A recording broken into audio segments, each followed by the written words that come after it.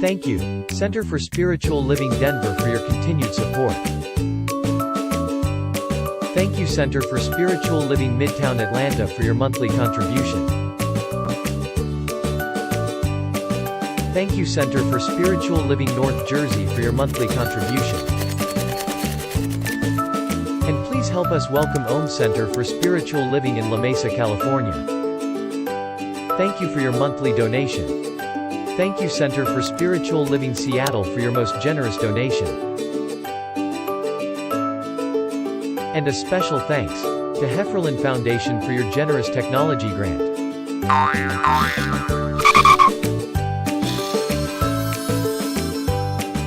And Suze Ajit, thank you for your very generous donation. And a super special thank you to Dr. Tracy Brown, RSCP. Thanks for being a super donor. And a big shout out to all our committed donors.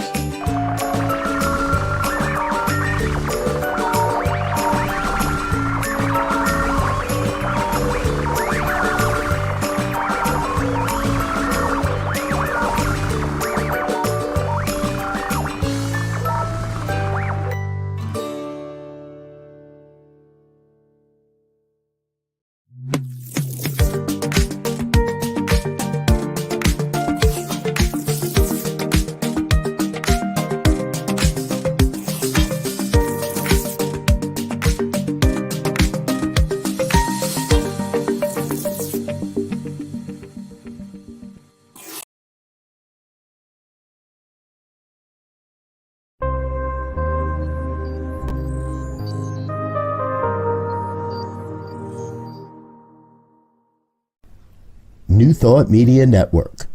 We are a global broadcast network of positive music, media, and entertainment, inspiring humanity's evolution along the journey of enlightenment and creating a world of love, peace, empowerment, and prosperity for all. New Thought Media Network. Positively inspiring.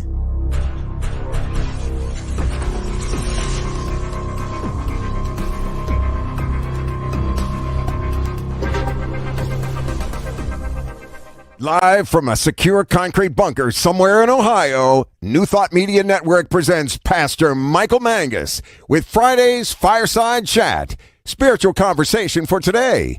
Here he is from the secret radio room, surrounded by thousands of watts, Pastor Michael Mangus.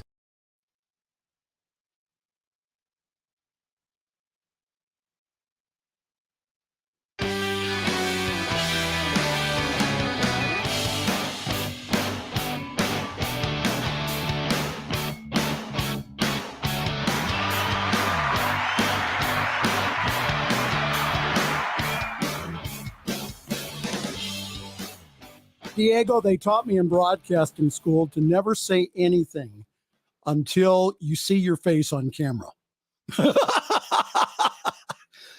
That's the only thing I learned.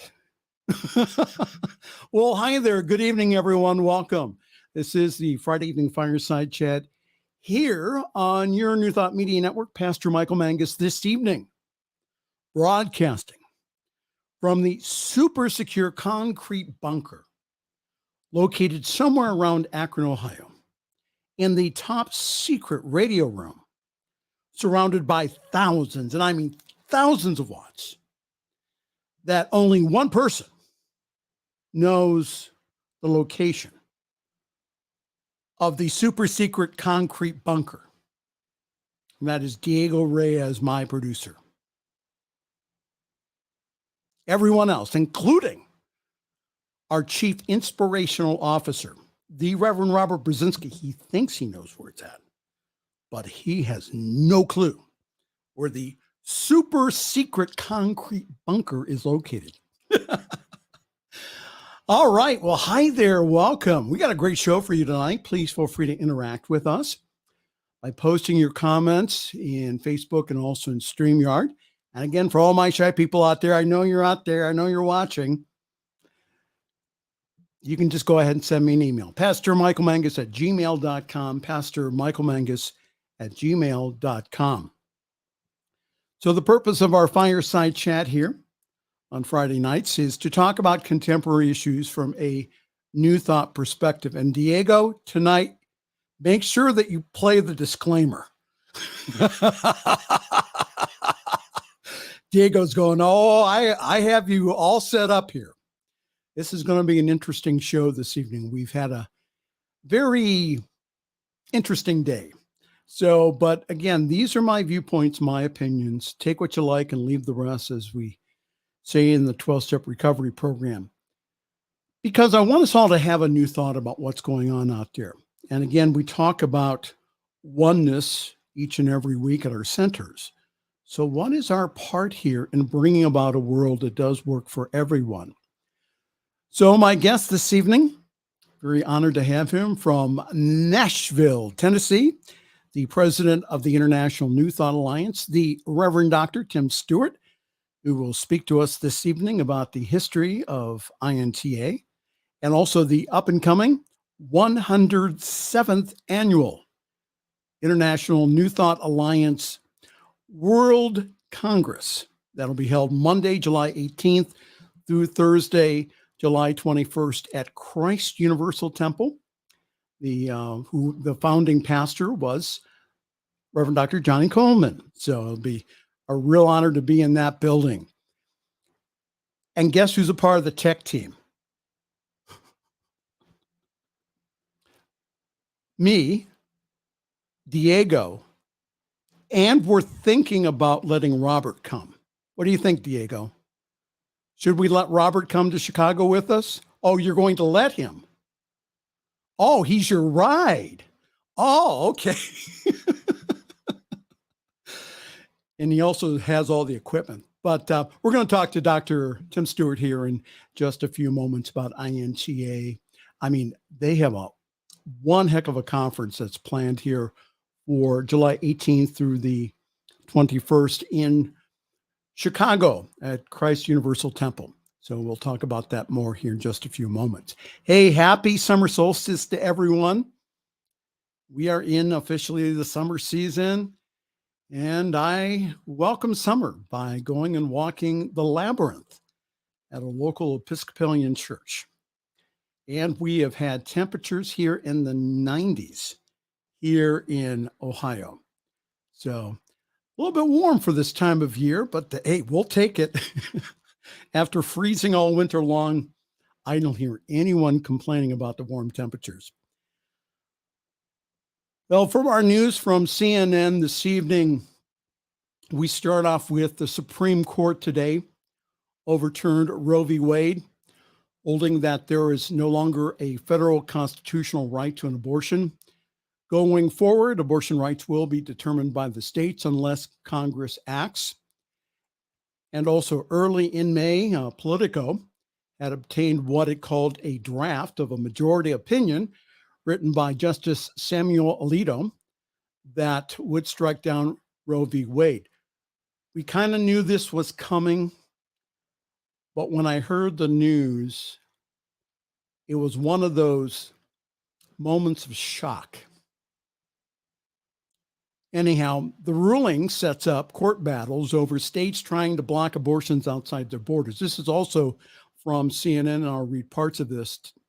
It says, with the states now free to ban the procedure, Friday's ruling sets up the next anticipated abortion fights in the courts, and that is what states can do to hinder abortions obtained outside of their borders.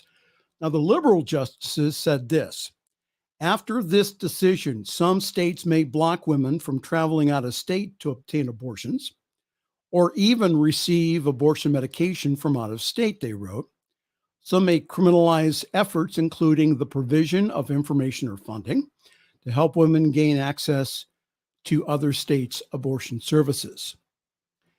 In the concurrence, Justice Brett Kavanaugh tried to quell some of those concerns as he tried to play down the other legal questions the Friday ruling raised. And he wrote this. He said, for example, may a state bar a resident of that state from traveling to another state to obtain an abortion? In my view, the answer is no, based upon the constitutional right to interstate travel.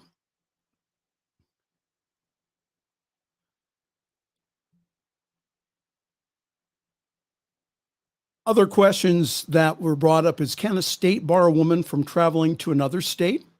Can a state prohibit advertising out-of-state abortions or help women to get out-of-state providers? And also, can a state interfere with the mailing of drugs used for medication of abortions? The Constitution protects travel and speech and interstate commerce. This is from the liberal side of the bench writing their dissent today. And so today's ruling will give rise to a host of new constitutional questions.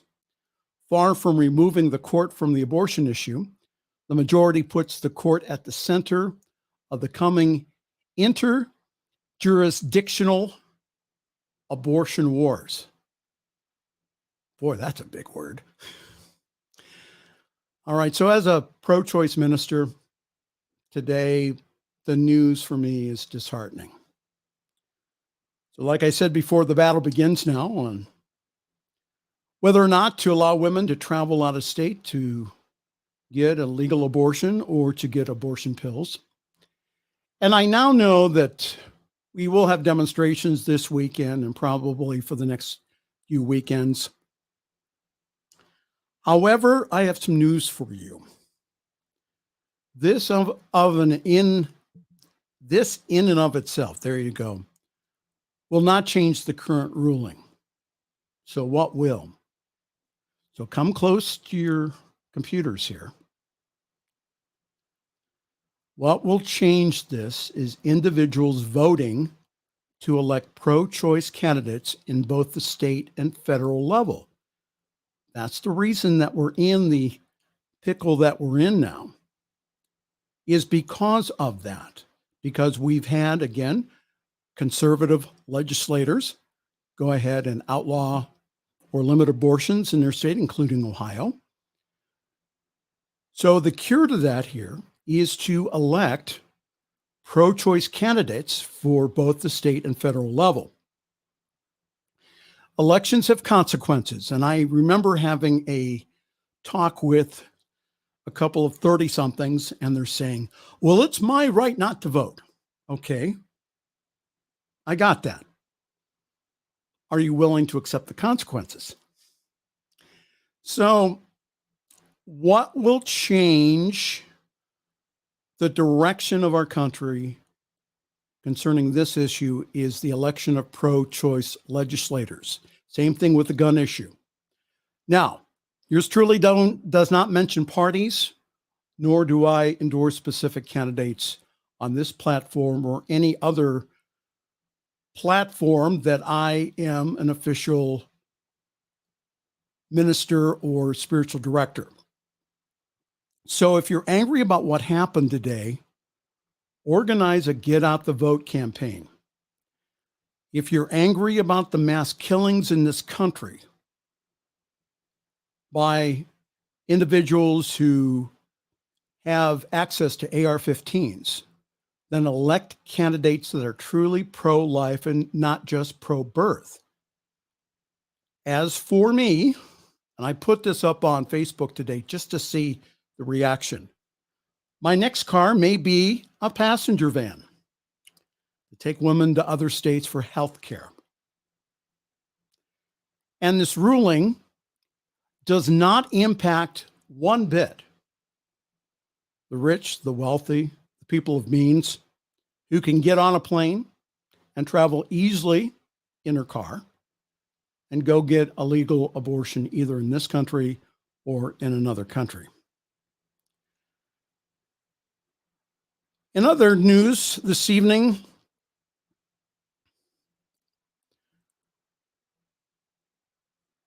we are taking a look at the latest news about gun laws. Some good news here. The Senate on Thursday passed a bipartisan bill to address gun violence that amounts to the first major federal gun safety legislation in decades. The vote was 65-33, with 15 Republicans joining the Democrats in support of the measure. The bill now goes to the House for a vote before it can be sent to President Joe Biden to be signed into law.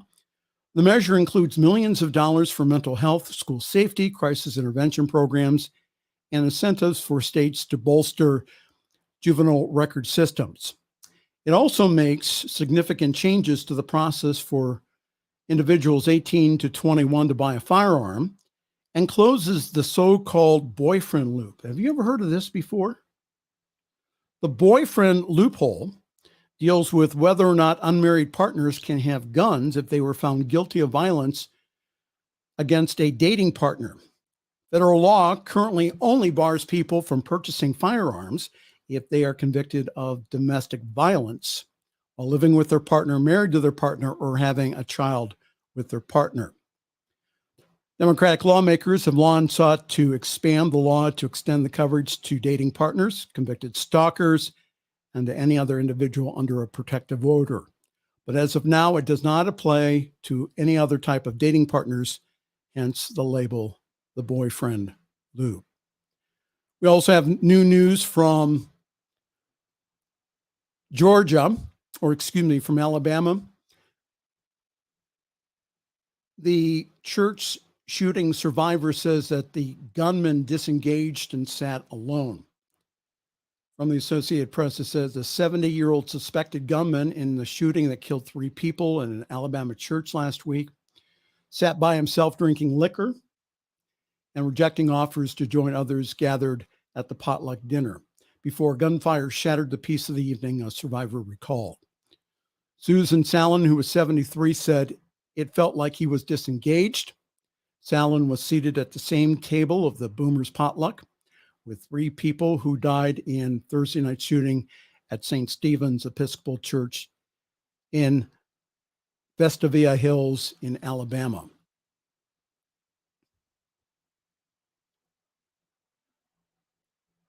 Our prayers continue to be with the members of St. Stephen's as well as to the whole community in Alabama.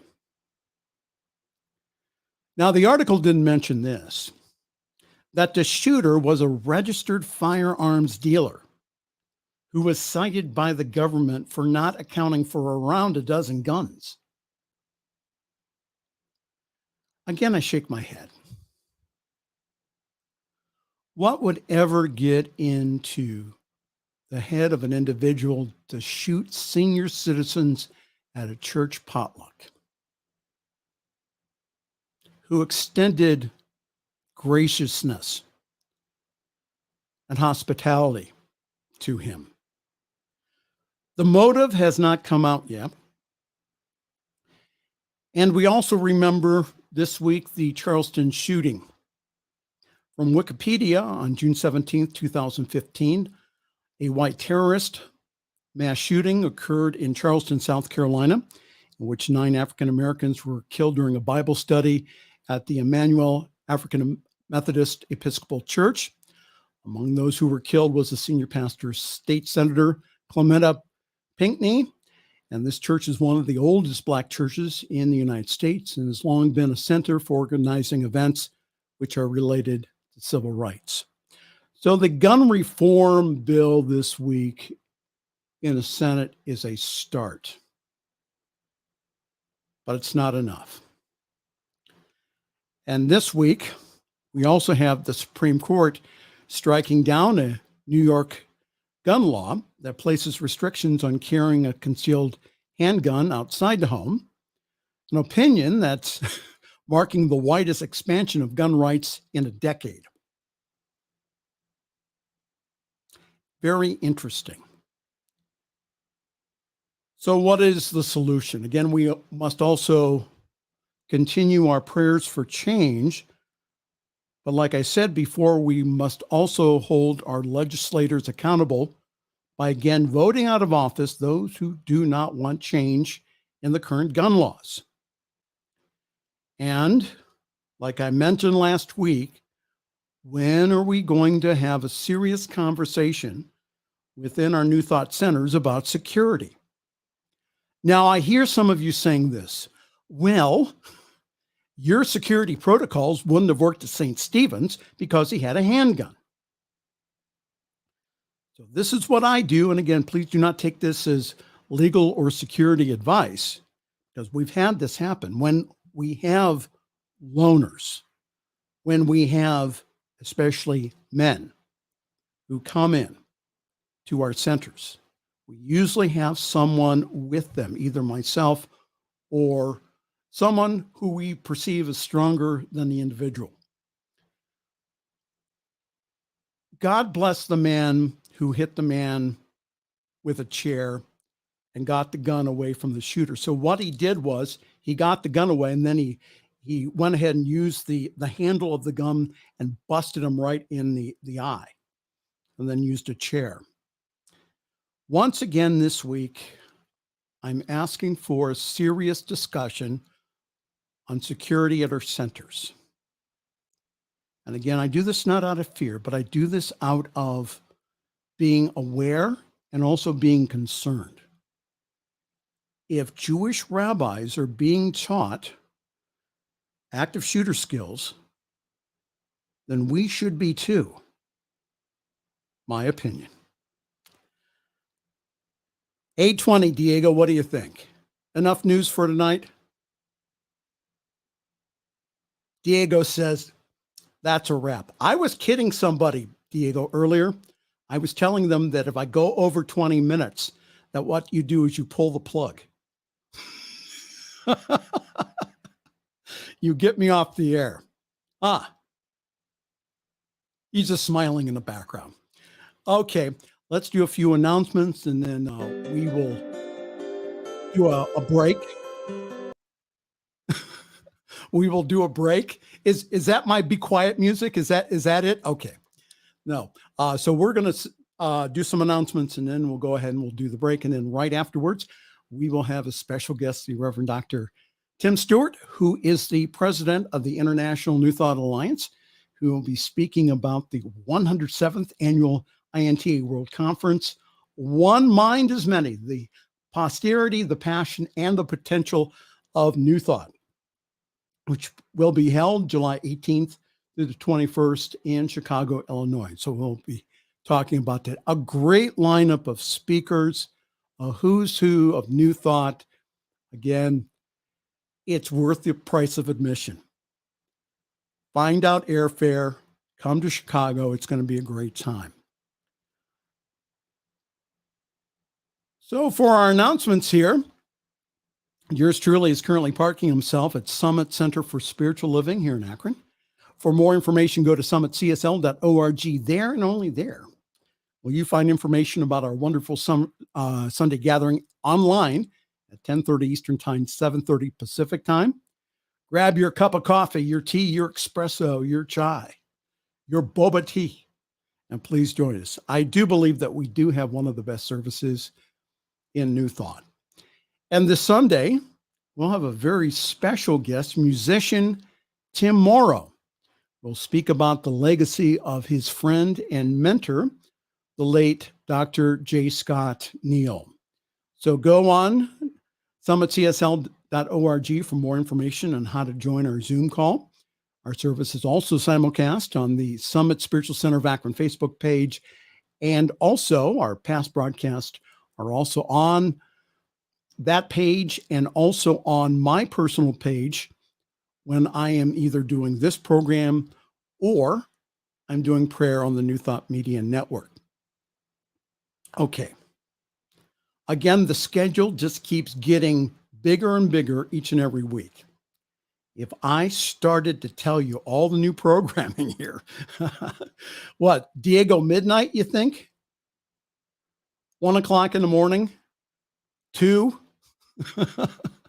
New shows are coming all the time here. And so just go onto our website. That's ntmedia.org. There you will find a current schedule of all of our wonderful programs. Again, I really do believe we have, gosh, you can go to church here on Sundays from coast to coast, all the way from Boston, all the way to La Mesa, California, from Ohm Center for Spiritual Living. So just join us on Sundays and again during the week. So we ask for your loving support here. And I do so because this is a wonderful organization. We are doing wonderful work here to get the message of New Thought to some people that will never encounter a center in their whole lives. So help us, please. Partner with us with the vision here of taking this message to the whole world. So go to ntmedia.org/donate. There, give a very generous one-time gift, or you can do like I do and partner. Every single month, a certain amount comes out of my checking account. And that sustaining donation helps us to set budgets. It really helps us to pay salaries, the bandwidth, all the equipment that we need. Diego's salary, and also to feed Winston the pig. Is that true? Winston the pet pig. Diego needs your donations. Oh, we're kidding. But again, the thing is that your donations really help us here. So again, ntmedia.org/donate. Okay, time for a break. We'll be right back with plenty more with the Reverend Dr. Tim Stewart. This is the Friday Evening Fireside Chat here on your New Thought Media Network.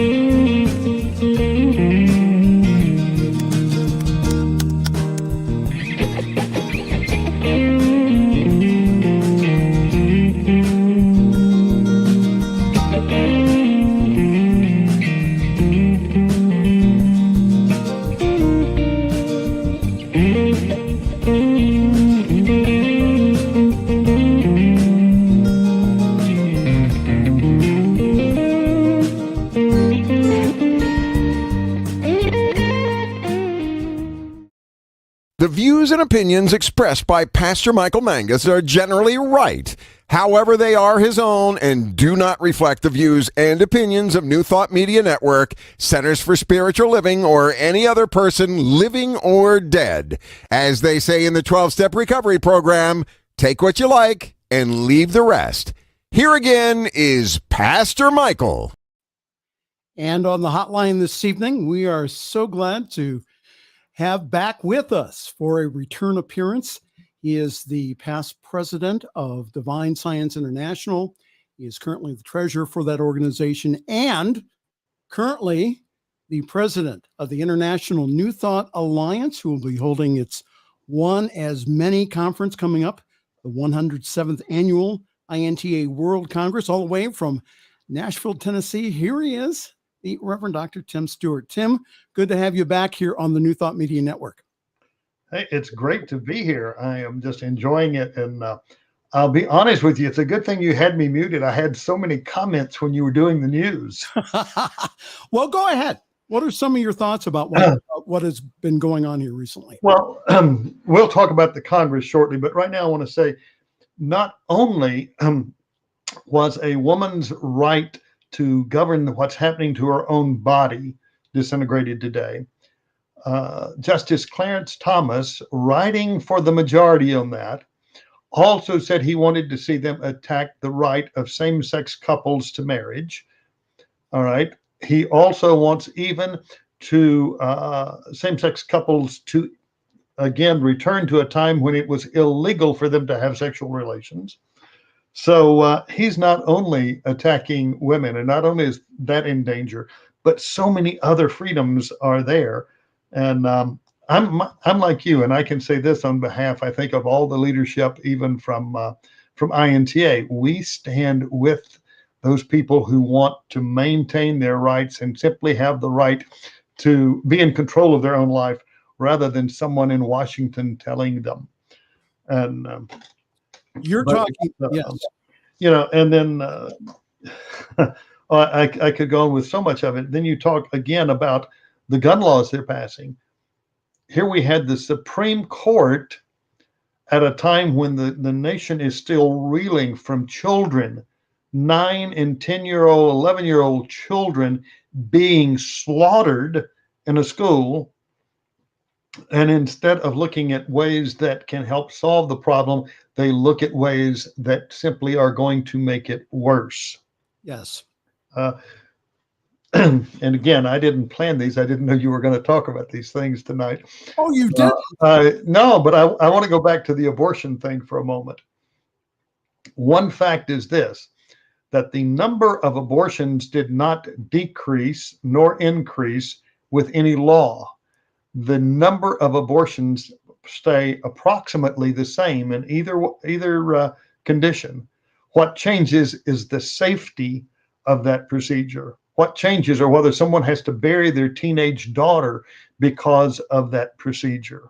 Yes. So I had a conversation sometime back with a chiropractor who's a friend of mine, but I would go to him for adjustments. And he is very much part of the religious right. Okay. And so he's, abortion is the issue he's going to vote on, period.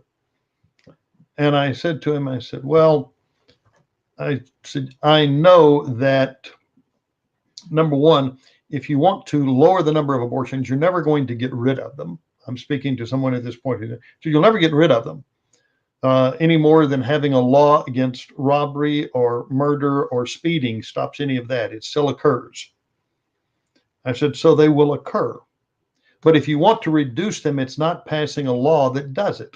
What's been proven to do that is to make contraception easily available. Well, Clarence Thomas also wants to pass laws restricting contraception. But the way to lower the number of abortions is to make contraceptive free or readily available. Okay. Yes. And he was looking at me and I said, I know you're abstinence only. And he nods his head as I say this. Yeah. And I said, it's funny how most of the people who want to claim abstinence only, their hair is the kind of the color of mine and yours, as I pointed to him, and his hair is gray as mine is. And I said, it's funny about that. I said, and we weren't abstinent when we were young. Now were we? And he kind of laughed and nodded his head like that and said, no, we weren't. You caught him. And I said, it's something, what you're doing is you're setting a standard for your children that you couldn't uphold. Something that's not even, in my opinion, a realistic thing to think that you're going to have every person who's unmarried to be abstinent. That's not a realistic expectation. So why not stick with something that's realistic and make something that's useful in this world by helping people in the things you do, rather than creating more problems. But we could just preach back and forth on this all night. Yes, and again, the views and opinions expressed are only our own. So, but for me, I know that I felt this way for a long time, and you're talking to the son of a mother who used to go to the abortion clinics around in Akron. She used to picket outside with her signs, and she used to knit these little booties. What they would do is when they go ahead and they tell these women that they're pregnant, is they give them these booties and they say, congratulations. Again, they're already programming them to go ahead and not to get the abortion instead of, again, of good counsel. Now, people would say, well, what do you do when a woman comes to your office? That's not my choice to tell her what to do. Now, I will ask her some questions so that she gets clear on what she wants to do, and I will support her on whatever she decides.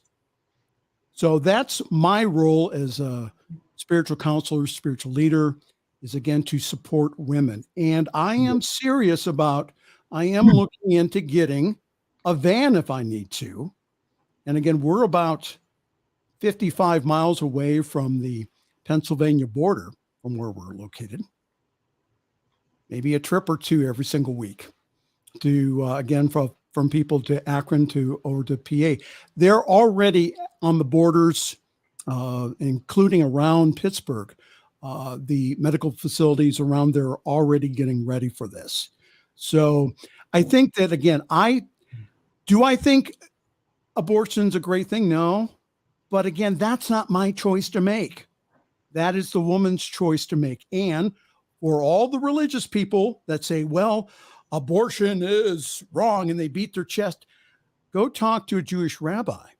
See, in some sects of Judaism, that a rabbi and a mother, someone who's pregnant, will make a decision.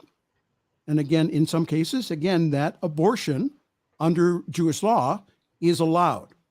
So that's what I'm saying is that we get rid of the judgment here and we just allow women, again, to make their own choice and to know that their choice is made from, again, a place of wholeness. Go ahead, doctor.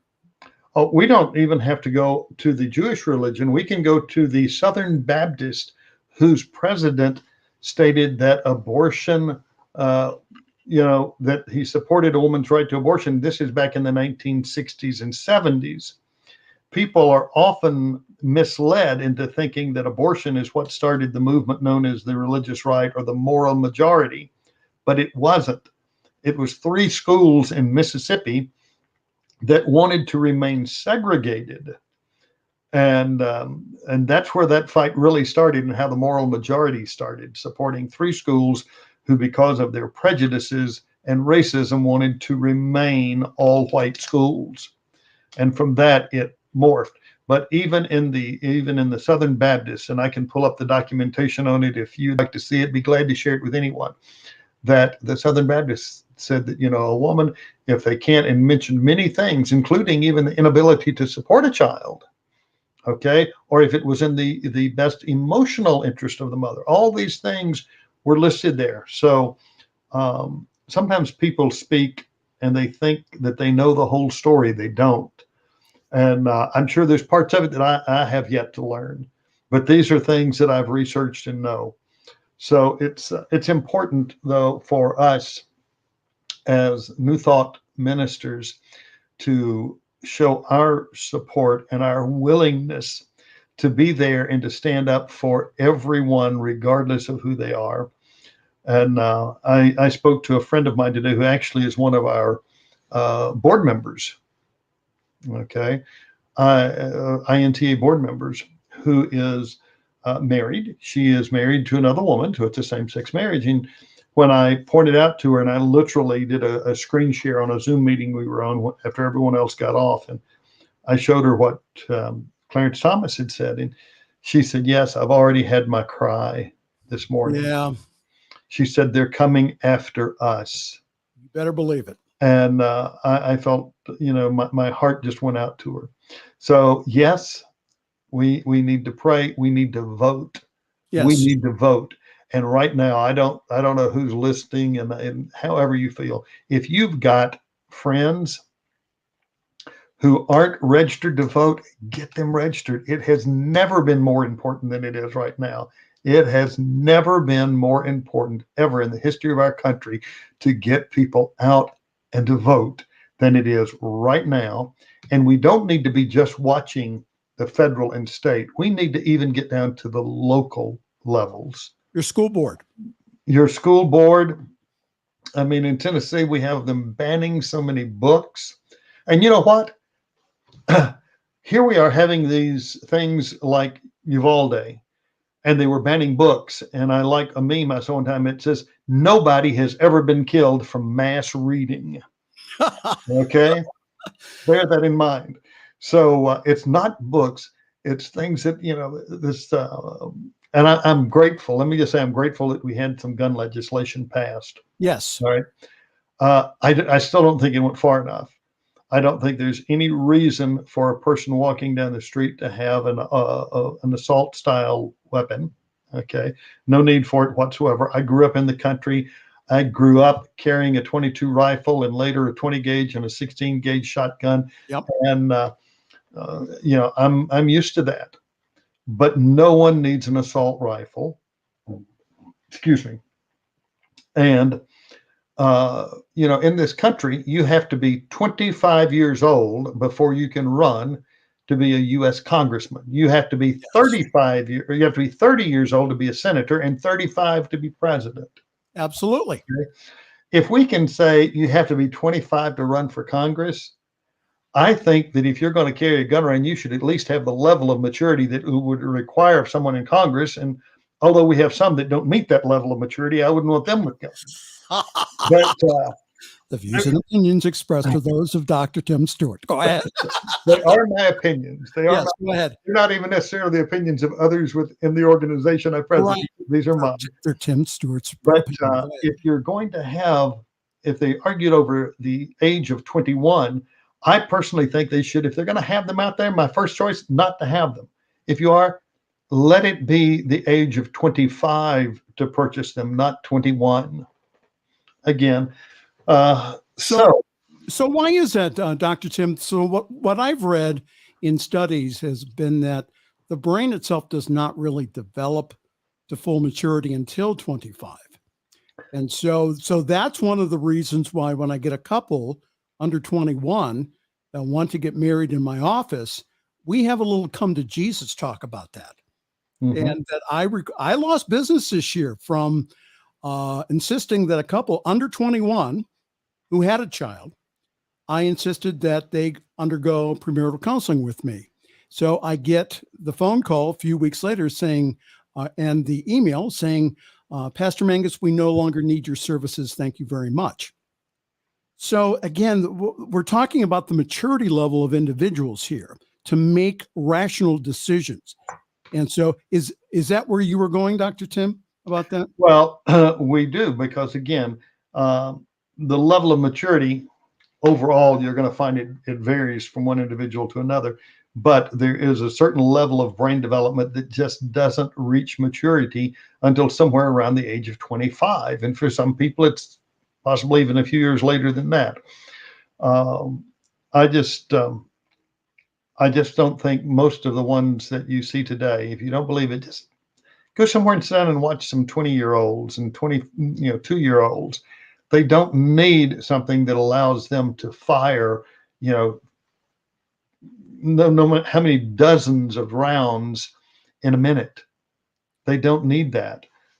There's no reason for anyone to have it, really. But again, so to me, a good compromise rather than getting rid of them totally would have been putting a 25-year-old limit on. You have to be 25 years old in order to do it.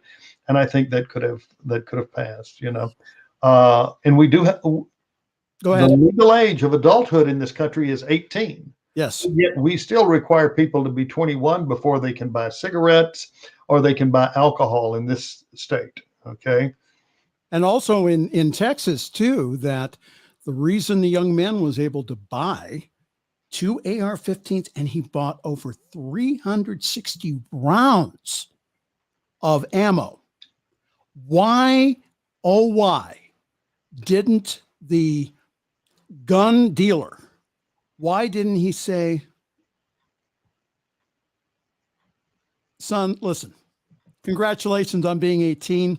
We have a little bit of difficulty here with the paperwork. I'll tell you what, come back tomorrow or come back on Tuesday and we'll have your guns ready for you. And then give a little bit of time for individuals to go ahead and to track down some things. Again, there were signs with Uvalde shooter that if you gave them a little bit of time, the authorities, that they would have found that. And again, something that was tragic, absolutely tragic, could have been averted. Go ahead. Absolutely. Oh, I'm just sitting here thinking that I could carry on with this. I could talk about it all evening, and I know you could too. And when I was listening to the news, I thought, oh gosh, I wish you would just let me in to say this. But Yeah. It's important, again, like I say, vote. When we had the other marches, I have been known to take a stroll down the street in large crowds and those Absolutely. days. Okay. And I will say I've never been in one where anyone got violent or a crowd ever did anything like that. No. Always peaceful. I have walked arm in arm. One time we had a group from those who are more liberal-minded who, when early voting opened in our county, in our state here, went up to our county seat to where we could go in and early vote. And we just did a little march down the street. And we actually didn't march on the street. They're getting ready to widen it, so they'd move some buildings back. And the sidewalk was there, and it was very wide. So we were walking about 6 or 7 abreast with a sign with the president. We were going to be voting for his reelection. And again, nothing in that, just walking down, not even out in the street. And someone drove by, yelled something, and they went down the road, and they turned around and came back, and they threw a Coca-Cola bottle at us. And I remember I was beside me was a black man, African-American man, who had marched in civil rights thing, and he reached over and he linked his arm through mine and kind of pulled it up tight, and we never missed a step. Yeah. And as I did, tears came to my eyes when I thought about people in this country who have marched and they've taken the brunt of people's anger and everything. They've had violent actions taken against them for things that now, 9 justices, 6 of them are sitting there taking those rights away that people have literally walked and put their lives on the line to get those. And I'm thank God. I appreciate our people in the military. Yes. So I'm not in it, but people who have walked on the streets to get our government to do the right thing, they have also put themselves on the line. And it's a time, like I say, we have to have our consciousness. Everything begins and ends in consciousness. Yes. All that we've talked about, the first thing we have to do is get the right consciousness about it. Yes. And I'm all about, you've got to take some action. Get your consciousness right before you start taking the action. Absolutely. Because that way the action is fruitful. Yes. If you see people who are always spinning their tires, they seem so busy doing something, but they're spinning their wheels. They're not making any progress. They're, as we say in the South in here, they're getting their cart before the horse. They're trying to do something before they have the consciousness of the thing. Get the consciousness and put action to it at that point. If you wondered what you stumbled onto this evening, this is a Friday evening fireside chat here on the New Thought Media Network, where we talk about the subjects that sometimes people don't want to talk about. And this evening we have with us the president of the International New Thought Alliance, and that is Dr.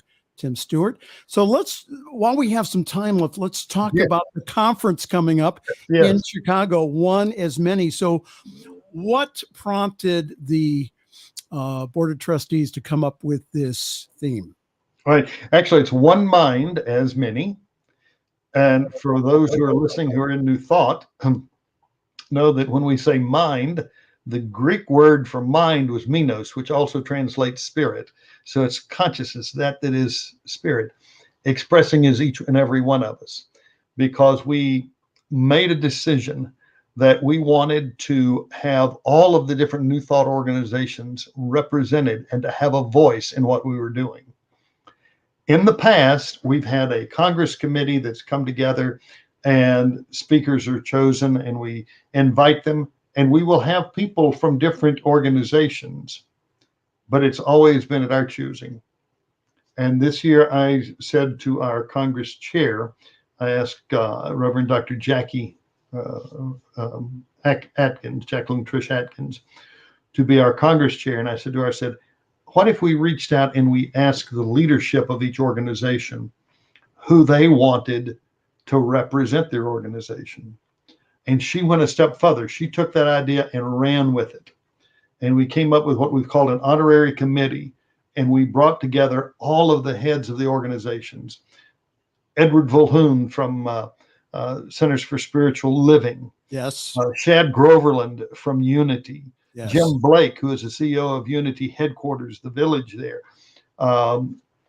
We have Reverend Dr. Sheila McKeithen, who is the president of UFBL.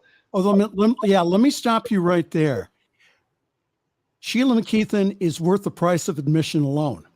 Just to hear her speak, she is absolutely in integrity. The woman just says wonderful things, and you will leave changed listening to Reverend Dr. Sheila McKeithen. Go ahead. When I was the president of Divine Science Federation, and we held our biennial conference, they only do it every 2 years. We had that at Unity Village. I had Sheila McKeithen come in to be our speaker there.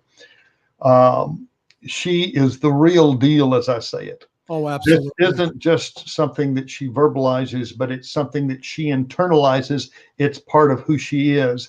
Absolutely. And she is, I've always learned about superlatives because I have a lot of friends and a lot of people I respect. There's no one I respect any more than I respect Sheila McKeithen. And she is absolutely an amazing lady and just a dynamic minister. And, the Universal Foundation for Better Living. I heard, I was on the show earlier today with Reverend Robert. Okay. Yes. I found out about that later, but go ahead. And someone said, when they came in, it was like, they were introduced to this snobbery of, we have the best ministers, we have the best schools, kind of all in their own organization. And I saw that many years ago as well. Okay. But today there are some fine ministers in every one of the New Thought organizations. Absolutely. And I will say, and I preface that to say that UFBL turns out some of the absolutely great ministers in there because they are taught principle and they're taught to stand in principle. Right. And as it's been said, never, ever sacrifice principle, not even for a special occasion. Okay. Never sacrifice principle. So who else is coming? I see on the list here, this guy, I don't know. You probably are going to have to tell me a little bit about him. This Reverend Dr. Michael Beckwith. Could you kind of tell me a little bit about him? I'm not familiar with him. Yes. Okay. You've never heard of him. Michael Beckwith is probably the best known person in New Thought. Yes. An absolutely amazing job. He is the founder and the president of the Association for Global New Thought. He is also the founder of Agape, which huge church in California. But Michael started in, I believe he was RSI. He may have been UCRS. Both of those, for those who aren't aware, one was Religious Science International. The other one was the United Church of Religious Science. They together are one organization called the Centers for Spiritual Living. Yes, he came from United, but go ahead. He came from the United side. I thought that was correct. I came from the RSI side. Okay. So,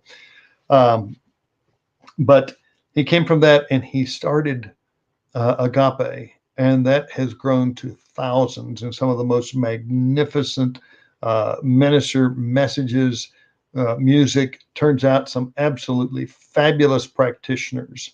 Oh, absolutely. And and ministers. Well, thought I said ministers, and I didn't. I'll add those practitioners and ministers. Diego said I studied there myself. Well, of course. Diego did? Yeah, Diego studied at Agape. Well, absolutely. So then I know he had some great teaching, and he got his roots into deep soil. But Reverend Dr. Michael Beckwith is going to be there, and again, one of the best known, and just he was in The Secret. He's been in A New Thought, A New You. He was in that, as were people like Della Reese. My wife's husband was in it. A few people like that. So he is going to be there, and we are just so excited about that. Let me go on with another one or two. Whenever one of the other features of it, let me say this. I made a statement, and today someone else quoted me on it. On that other show with what's his name, Robert? Okay. On that show, someone quoted Robert, me, and we're kind of training him along, huh, Diego? Yeah, he's kind of a rookie with us. Okay, go ahead. Yeah, Robert. Just keep working with him. One day he'll get it. Okay. But someone quoted me there, and I said, for people who only study one school of New Thought, whether that be anything you want to name, they study one school, they look at it and they think that they're all different. And when people study more than one, they realize how similar they are and how they're really the same. They have their own little nuances. Each one has something that may be a little unique, but the bottom line is our foundation and our truths are all the same. Absolutely. And we all talk about the same spiritual law. Yes. And so let's talk more about the Congress, because otherwise, so we have like 3 minutes. So time goes by when you're having fun. So just tell us how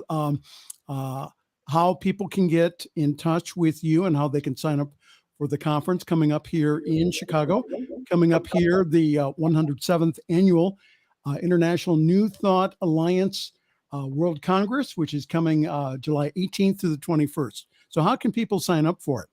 All right. They can go to our website, which is, we have 2 of them, but the one for this one is newthoughtevents.org. That again, newthoughtevents.org. It's on the bottom of the screen there. You will be able to register online. Now, this is a live in-person event. It will be a hybrid because thanks to New Thought Media Network, we are going to be able to have virtual packages available. So if you absolutely cannot make it to Chicago in July, that's July the 18th through the 21st. If you can't make it, still go online, get registered, and New Thought Media Network will make sure you have a wonderful experience with us. Now, our daytime services, you have to have a paid registration in order for those. Our evening services are open to the public, but again, we just say go ahead. If you want to go there, let me point this out. We have some rooms booked. We have a discount code for you at the DoubleTree Hilton there in Chicago, excuse me. And those rooms, if you go a day early or you want to stay a day later than what that code allows, you'll pay anywhere from about $450 to $660 for those rooms. We get them for $129 a night. Isn't that wonderful? The music's in the background. That's telling me we got to wrap it up here. Reverend Dr. Tim Stewart, thank you so very much. Again, the INTA 107th World Congress coming up here will be, for people who buy tickets, we'll be providing the stream through New Thought Media Network. Just go on newthoughtevents.org for more information. All right, time for us to go. We got to get out of here. We will see you all next week here on the New Thought Media Network on the Friday Evening Fireside Chat. This is Pastor Michael Mangus along with the Reverend Dr. Tim Stewart. Again, wishing you a very pleasant good evening and good week. Thanks for joining us this evening for Friday's Fireside Chat with Pastor Michael Mangus. Join us again next week at 8 Eastern, 6 Mountain for more spiritual conversations for today. For more information and replays of past shows, please visit the New Thought Radio and Media Network's Facebook page. Until next week, may God bless you richly and abundantly.